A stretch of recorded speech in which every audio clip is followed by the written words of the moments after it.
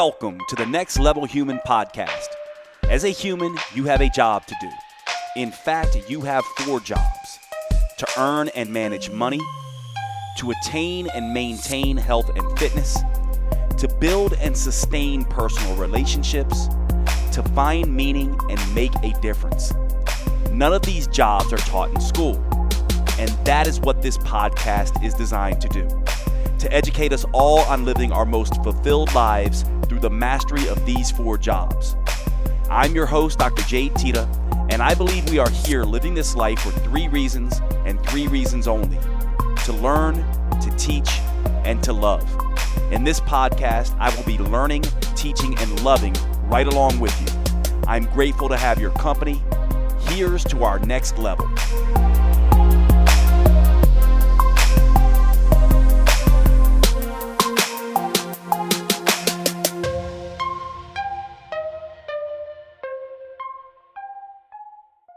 Okay, what's up, everybody? Welcome to the show. Today is going to be a challenging, awkward, embarrassing, and probably fun for both of us episode. Let me tell you where this episode come from. I mean, essentially what we're going to be talking about today is how to be a good lover, and this is especially for men. And so the women will get a little bit of a kick out of this. And of course, this is challenging because this is obviously person specific. So certainly by no stretch of the imagination am I saying I'm a good lover. That would be pretentious as hell, number one. And number two is certainly going to be specific to the individual. I'm sure there's people who think I was rubbish in bed and others who thought I was wonderful in bed. But the point of this, and the reason I'm doing this episode, is because really for 2 specific friends that both of them have teenage boys who are 18, 19 years old, one of them 15 years old, I believe. And they're getting questions or asking me, these moms, about, hey, these kids are beginning to talk about sex and they're getting all their information from porn. And I know you did a lot of research and are always posting on this. Would you do something on this? And I was like, putting it off. But when it comes up enough times, I was like, you know what? Of course. And the idea here is that I actually have immersed myself very deeply in this. And I want to tell you a little bit about that first, because obviously the question is, Jade, why are you even talking about this? It's one of these things that I believe very strongly that we have some weird taboos around sexuality. And because we have these taboos, no one talks about this kind of stuff. And because no one talks about it, we're getting misinformation, hence people going to looking at porn and thinking that is what being, a good lover is all about if they have no real experience here. And so this is essentially a resource for everyone, but I'm primarily thinking about young men who, teenagers who their mothers are wanting. These are single moms, by the way, no longer involved with a man in their life, and what they want to, essentially put in some things into their kids' mind and be able to hand these boys something versus them trying to wade through this themselves. Let me tell you where the information we're going to go through comes from, by the way. One of the things that I did and that I've done for a long time after my first breakup at the age of 18 years old, I have been relentless in my pursuit about why people fall in love, why breakup happens, why do we get attached, why do we go through heartbreak, how do we connect sexually, what do men and women like, all of these kinds of things. And of course, this has followed me throughout my career. And when I went through my affair and my divorce, I actually did a very deep dive into this, into the research. And I have 2,000 data points. One of my most favorite things that I did is I did a survey where I collected over 2,000 responses from women mainly. There was a separate one from men, but these would be over 2,000 women answering questions about preferences around sexuality, as well as diving very deep into some of the science around women and how they are different sexually. One of my favorite books on this is a book called Come As You Are by Emily Nagoski. And one of the things she talks about is this idea that up until very recently in the research and in discussions about female sexuality has been seen as mainly just male light, right? That there's basically, they're like men, just not as into sex, basically, and or that they're just slightly different. When the truth is, women are very different, and there are some very big things that we can pull out of this. Now, full disclosure here, I'm talking about heterosexual male-female relationships here. Part of the reason I'm doing that is because we don't know a whole lot about the other realms. This is what the research is focused on, and this is certainly what my research sort of focused on. So let's get into this topic. And first of all, one of the things that I think most men need to realize, and women too, is that men and women come after sex or come to sex in a very different ways. Typically, and of course we're going to be making gross generalizations here, which is very tricky. And let me say something about generalizations first, just so we understand when we're making generalizations. We can generally say that men are taller than women on average, right? But each individual woman compared to each individual man, it depends. Certainly, there are women who are 6 feet and men who are 5 feet. So those two, the woman would be taller than the man. But on average, male height is about 5'9", 5'10", and on average, female height is about 5'5". So certainly there are going to be women out of the average who are much taller than men, women who are 6 feet, and men out of the average who are much shorter than women. So you could certainly technically have a 6-foot woman with a 5'7" man, right? This is what we mean by generalization. So I'm going to be making generalizations, but this does not mean that all women are this way. Some women look at sex very similar and deal with sex and are very promiscuous and do some of the things that are typically seen as male-dominated things in the bedroom. But we're talking about averages here, and that's what research is. It's a tool of averages. Same with when you look at surveys and things like that. They're getting averages, and so I'm going to be speaking about averages. And averages work great because most people will fit into this, but we have to realize that not everyone will. And so just take this with a grain of salt when you're sort of listening to what I'm saying here. The first thing, generally, if we're going to take averages and make generalizations about men and women, is to realize that they come after sex and romance very differently.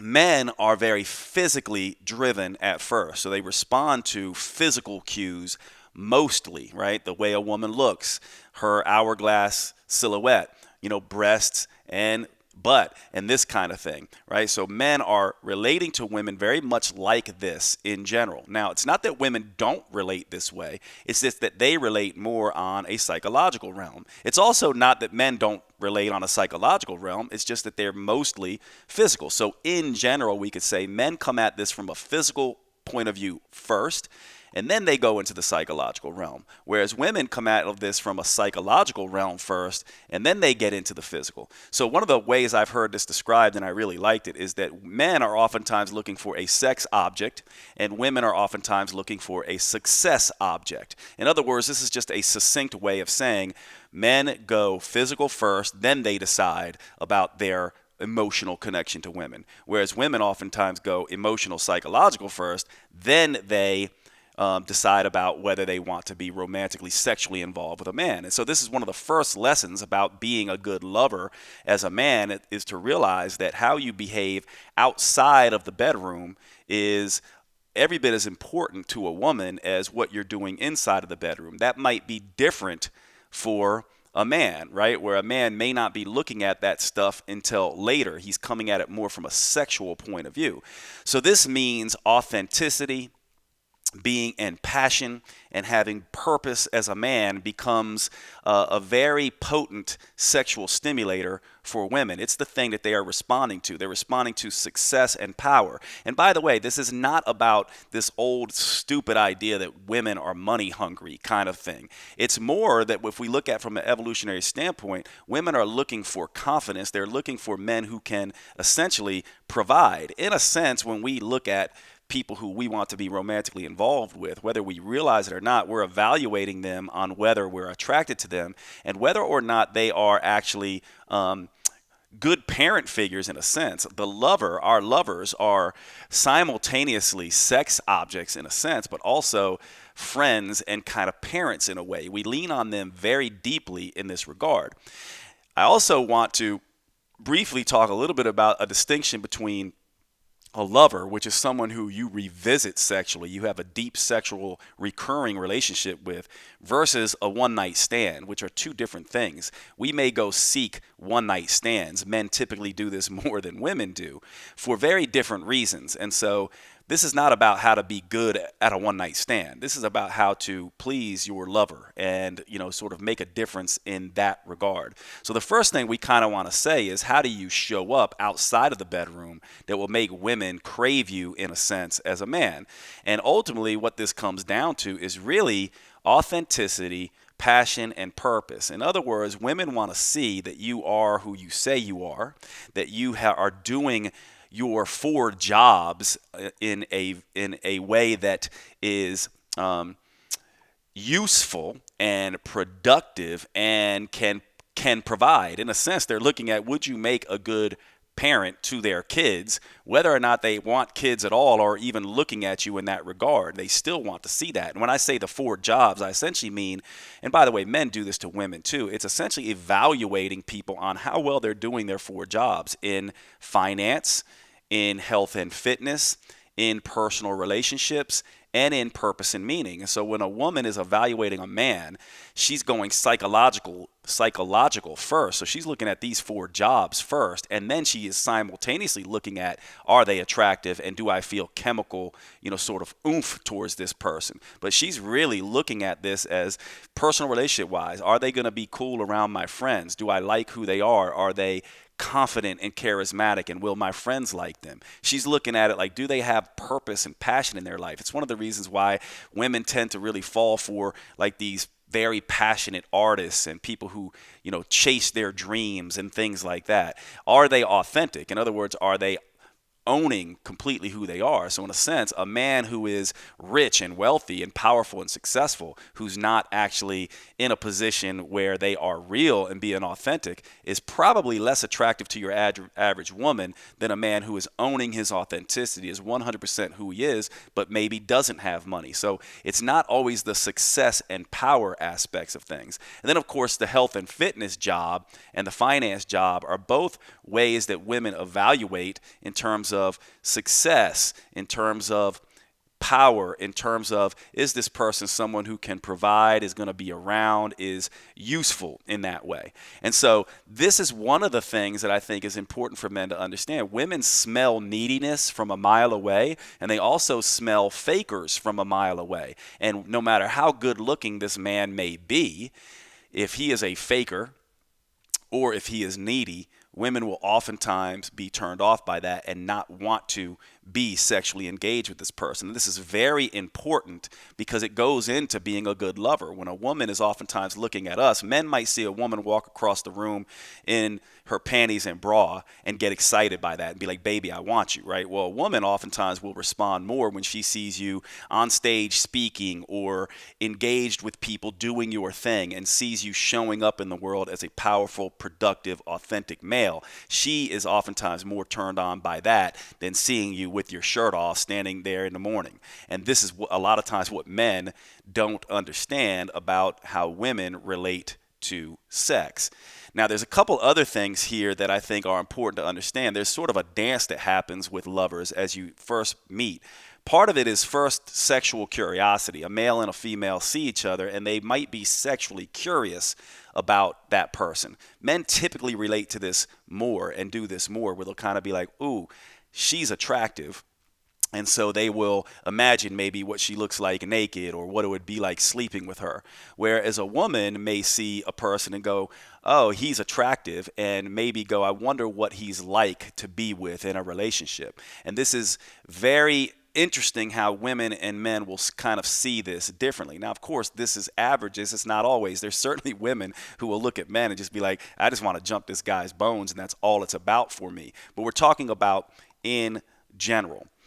Now, one of the things is about curiosity is that you have to be sort of careful here, because oftentimes in today's day and age, people will skip right from curiosity right into bed. And there's this dance that happens, this buildup, if you take your time with this, that is really useful for women. Oftentimes, one of the big mistakes that men make is they go from sexually curious to wanting to just jump right in the bed and not realizing that becoming a good lover is sort of riding this game a little bit and letting the woman experience them and their sort of personality and let them fall in love with the psychology of the man. This is one of the reasons why we talk about deep conversations, and women oftentimes will talk about deep conversations where a man may not need to have a deep conversation with a woman to feel attracted to her. Deep conversation for women feels very intimate, and that sexual curiosity then just goes over into sexual connection, right? So men oftentimes go curiosity right to connection, and then they want to see about chemistry. And I kind of think of this as the 3 C's, where women go, well, let me be curious for a while about this person. Let me see, and then let me see if I can connect to him. And for them, it's connecting in terms of I want to kind of be close to him. I want to feel out his brain. I want to hear him talk. I want to see what he's about. And then it's also finally about chemistry, and that's about pheromones and actual kissing and the actual beginning of the physical touch. And men oftentimes want to go like, yeah, I'm curious. They skip right over the sexual connection piece and go right into chemistry. Let me kiss you, let me touch you, that kind of thing. And they miss this part in the middle that's super important for women. So as men, one of the things that I think you need to be aware of, or we need to be aware of, is this idea that, yes, okay, once we have that sexual curiosity, that little spark, I wonder what she's like, then we want to spend time connecting. Even though that might not be our natural way, we can go right to chemistry. It's her natural way oftentimes. And the conversation and the dating and all of this kind of stuff is useful in that regard, and also taking your time, letting her really get to know you in that sense, so that by the time the chemistry comes, she's connected to you. You might feel that chemistry kick right away, but she needs more time with that. And it's very, very important. So you can kind of think of this as psychological foreplay leading up to the actual physical foreplay, which is also very important for women in a lover. And by the way, once you have sex with a woman, right, that continues. That game kind of continues. You want to continue with the curiosity and the connection and build on that chemistry, because, of course, we know that we're talking about lovers here. And lovers are people who get to know each other over time. A good lover will actually have the sex be getting better and better as time goes along, and not worse and worse. And this is kind of what happens in this way of thinking about porn. Oh, I'm just going to, flip you over, ram my body into you a few times, and it's going to be this fast and furious thing, and that's going to be sexy. That might be sexy to a dude.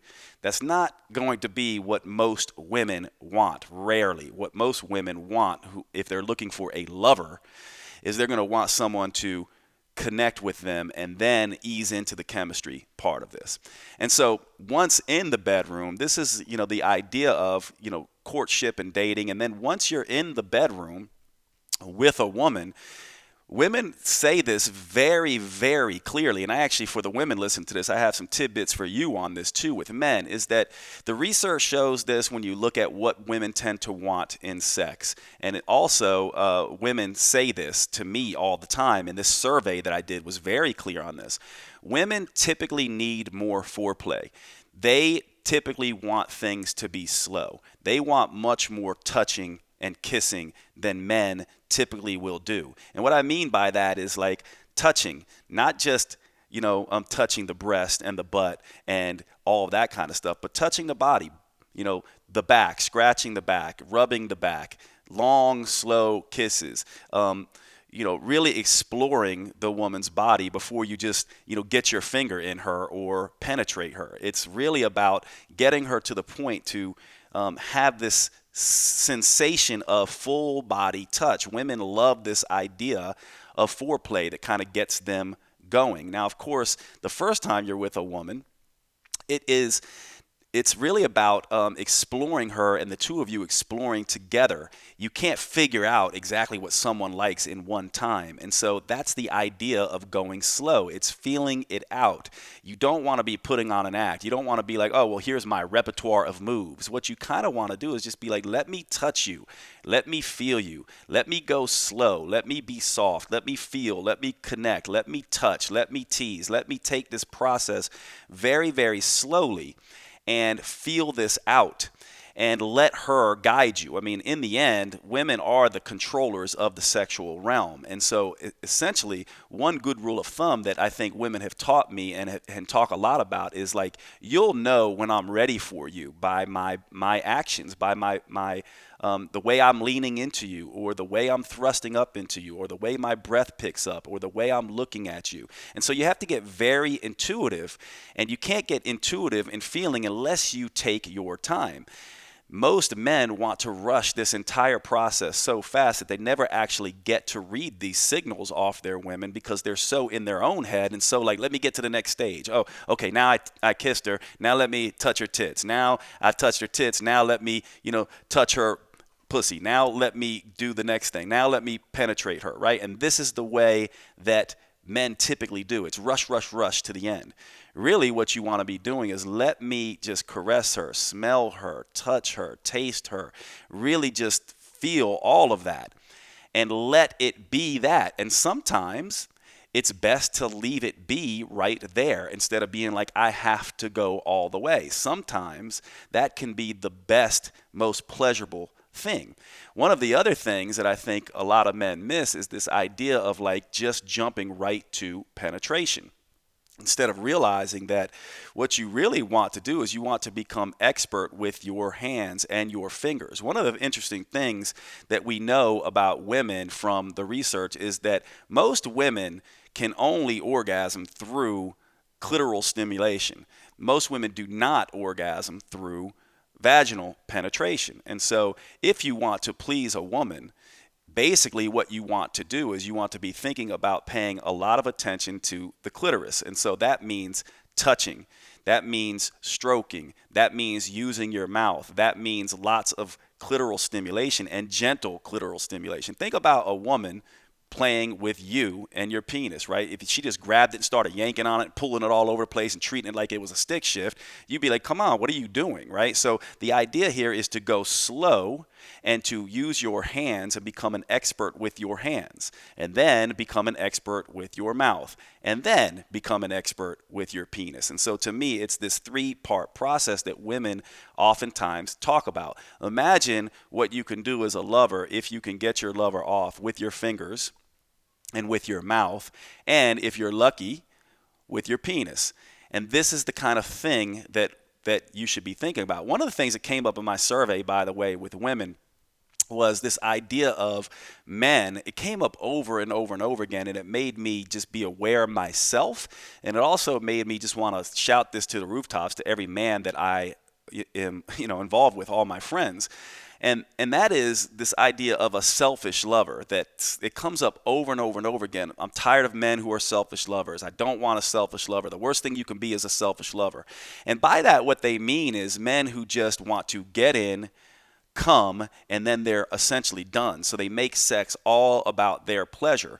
This is something that's really interesting for women because women are very selfless in bed typically. They manage all the orgasms. They manage yours. They want you to feel good. They also manage their own because they want you to feel successful. And oftentimes they'll even fake an orgasm just to make you, the man, feel good about this. And they really appreciate a man who really wants to please them. And so one rule is to always come second, to always get your woman to that place first, if possible. Now, that's not always possible with women, and it's rarely possible for most women the first time being with a man because that man is going to be, or that woman is going to not necessarily be familiar with you and may be a little bit nervous. And so you want to make this playful and fun and slow and sensual and all of that kind of stuff. Now, I know some people are like, well, that's interesting, because what about like the whole idea of fucking? Isn't that fun at times? Sure, but when you're looking at a lover,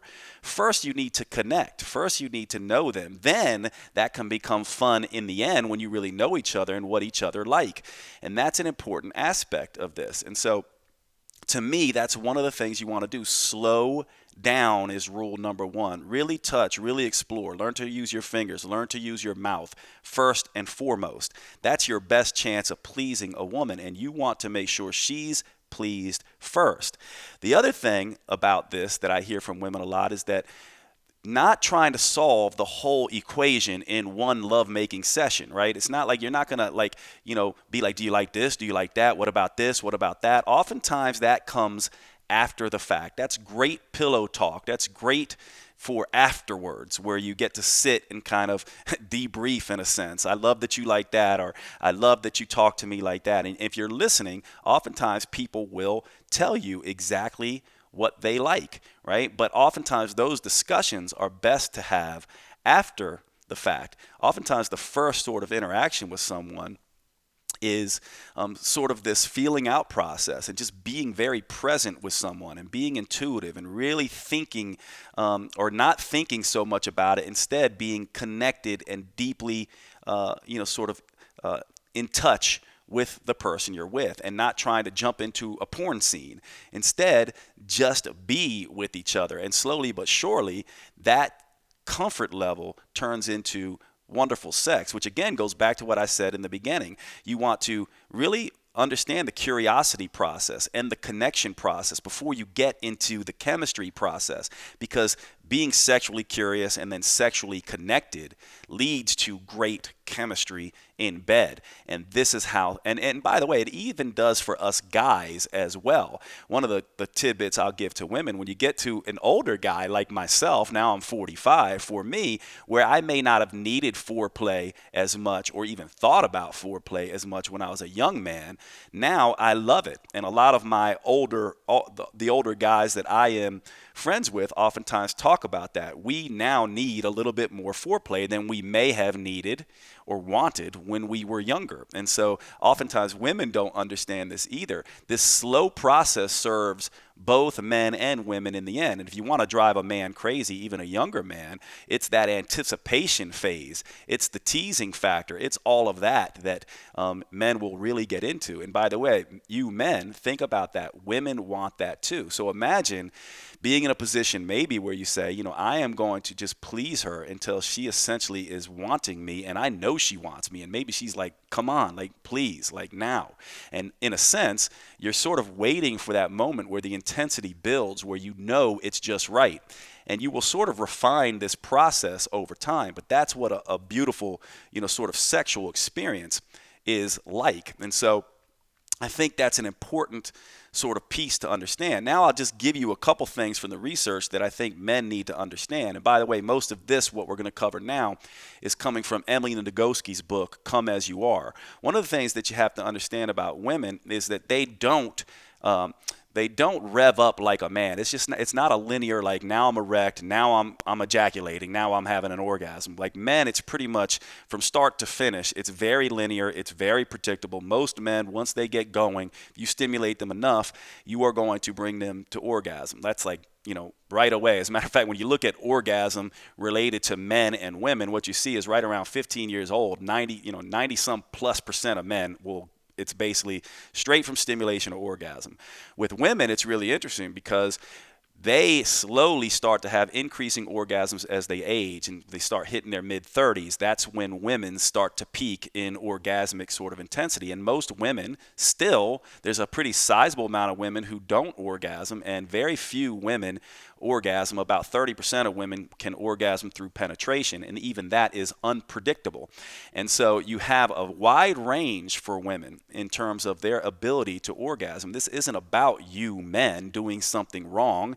It's more just about the way the female is built versus the man. One thing that they may have harder time getting there, or maybe don't get there as frequently, but one of the things that they do have that a lot of men don't have, actually there are some men that do have the ability to have multiple orgasms or have a very short refractory period.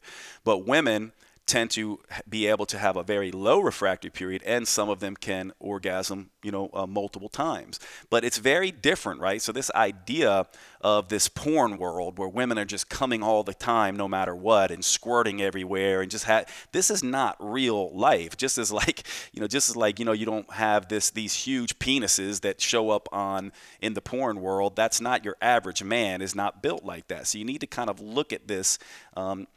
In a realistic way. Porn is one of these things that can be erotic and can be fun to some degree for some people, but it's also not necessarily real, and that kind of sex may look fun for us men, but it's often not fun for women to just be pounded by a big penis over and over and over again instead of being connected with that woman. And that is something that when you have a good lover, it's sort of like when you walk in the room, and there's going to be the occasional time where your girl's washing dishes and you come up behind her and just take her, and she's going to like that and want that because that you know how to be with her. But most of the time it's going to be, to get to that point, it's going to be trusted, sensual, connected sex that gets you to that experience with your woman. And I think that's very sort of important to understand. And so one of the other tidbits that you can kind of understand about sort of women is that men are oftentimes, again, this is a generalization, but men are oftentimes very visual when they see a woman. So they want the lights on. They want to see the woman's body. That's the kind of thing that can really do it for a man. Women are oftentimes a little bit more balanced in their sensations. They're a little bit more auditory, and so they want to, hear, and they want to sometimes be talked to or whispered to or touched in a particular way. And it's not always visual for them. Certainly it can be, but this is another difference that you want to kind of think about. And it's oftentimes, sort of riding that sort of understanding of what a woman likes. And I think it's important that what we don't do is bring our likes and dislikes into the bedroom and kind of say, well, here's how I do it, and you're just going to, sort of replay old tactics from the time you were 15 years old. I mean, that, it's like, I just do sex this way. I think as a man and as women and as lovers, part of the beautiful fun of these sexual experiences is first getting to know someone well, connecting, and then being able to explore. One of the things that when we look at the research is two sort of ways of connecting sexually. One is what we call the hand in glove hypothesis, which is essentially anatomy. How does someone's anatomy fit with someone else's anatomy? And there's all kinds of preferences around this, and all kinds of ways of being built. And so it's funny. I once had a girl tell me, she goes, my best lover was the lover with the smallest penis because he hit me right in the right spot. This is things that you will hear from this. So there is a fit that happens physically. More importantly, though, there's a fit that happens psychologically. So do you psychologically fit up? And then there's this intangible of pheromones and just the chemistry of the body and the smells and the tastes and the sounds that your lover will light up in you. And that oftentimes develops slowly in a sexual relationship. And so these are the things that I think any man should be looking at and attentive to. And I think one of the things that you can do if you want more of this stuff, I actually have a course called Next Level Romance that goes into a lot more detail about sexuality and sexual types and knowing your sexual type and knowing if you're compatible with someone sexually. That's something that you all may want to check out if you're interested in at least the science behind this kind of stuff. But we oftentimes, too, want to kind of be in a position where we learn and continue our education. So reading books on this stuff is important, and not just getting your education from porn. So one great Emily Nagoski wrote that book, Come As You Are, for women. I think it's 1,000% reading for men. It's required reading for men. I think every man should go out and read that so they understand sort of female anatomy and the female brain and how it works a little different than a man. But I think if you want to be a great lover, what you want to be doing is you want to be talking with women, especially your lover, but also just paying attention and reading and sort of understanding about how to please a woman versus just getting off yourself. I think you also need to realize that porn is a fantasy world, and that's not how sex typically goes down, in the real world, nor is it going to be really great sex if you're not connected to the person. And so again, there's two different worlds here. We're talking about a lover, someone who you are with, who you can immerse yourself in, where you have multiple sexual encounters with. This is your girl. This is your lover. That's very different than just some random hookup or a one-time, sort of thing. Even though I would say that still these things that we're talking about here, once you sort of understand this, you can even be a great lover in those situations as well, because you know. So I'm going to end right there. I will talk to you all next time. I know this is a tricky, possibly embarrassing, but hopefully fun, episode. And I hope you got some good tidbits that you can pass on or use yourself. All right, be good, everybody.